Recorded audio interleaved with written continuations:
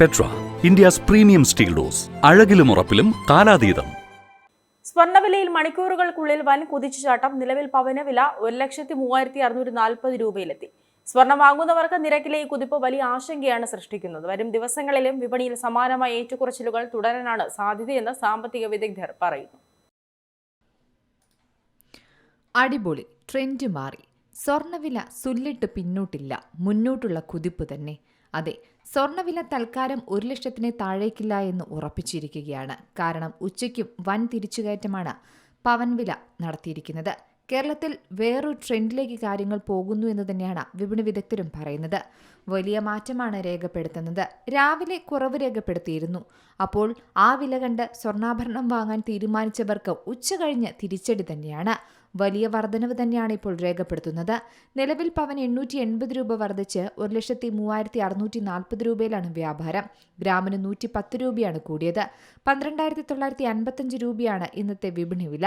സ്വർണം വാങ്ങുന്നവർക്ക് ഈ നിരക്കിലെ കുതിപ്പ് വലിയ ആശങ്കയാണ് സൃഷ്ടിക്കുന്നതെന്നാണ് മനസ്സിലാകുന്നത്. എന്നാൽ വിലയിലെ ചാഞ്ചാട്ടം തുടരുന്നതുകൊണ്ട് തന്നെ സ്വർണ്ണ വ്യാപാരവും മന്ദഗതിയിലാണ് തുടരുന്നതെന്നും വ്യാപാരികൾ പറയുന്നു. വരും ദിവസങ്ങളിലും ഇതുപോലുള്ള ട്രെൻഡുകൾ തുടരുമെന്ന് തന്നെയാണ് സാമ്പത്തിക വിദഗ്ധർ പറയുന്നത്. സുരക്ഷിത നിക്ഷേപം എന്ന നിലയിൽ സ്വർണത്തെ ആശ്രയിക്കുന്നവരെയും വിവാഹ ആവശ്യങ്ങൾക്കായി ആഭരണം വാങ്ങാൻ കാത്തിരിക്കുന്നവരെയും ഈ വിലക്കയറ്റം വലിയ തോതിൽ ബാധിക്കുമെന്നുറപ്പാണ്. 22 ക്യാരറ്റിനു പുറമെ 18 ക്യാരറ്റ് സ്വർണത്തിനും വില വർദ്ധിച്ചിട്ടുണ്ട്. ഗ്രാമിന് 90 രൂപ കൂടി 10,650 രൂപയിലും പവന് 85,200 രൂപയിലുമാണ് വ്യാപാരം. 14 ക്യാരറ്റിന് ഗ്രാമിന് 70 രൂപ കൂടി 8,295 രൂപയിലാണ് വിലയുള്ളത്. 9 ക്യാരറ്റിനും വില വർദ്ധിച്ചിട്ടുണ്ട്. ഗ്രാമിന് 45 രൂപയുടെ വർധനമാണ് രേഖപ്പെടുത്തിയിരിക്കുന്നത്. സംസ്ഥാനത്ത് സ്വർണ്ണാഭരണങ്ങൾക്ക് വില ഈടാക്കുന്നത് സ്വർണ്ണവില, പണിക്കൂലി, 3% GST, അതിന്മേൽ ഹോൾമാർക്കിംഗ് ചാർജ് എന്നിവയെല്ലാം ചേർത്താണ്.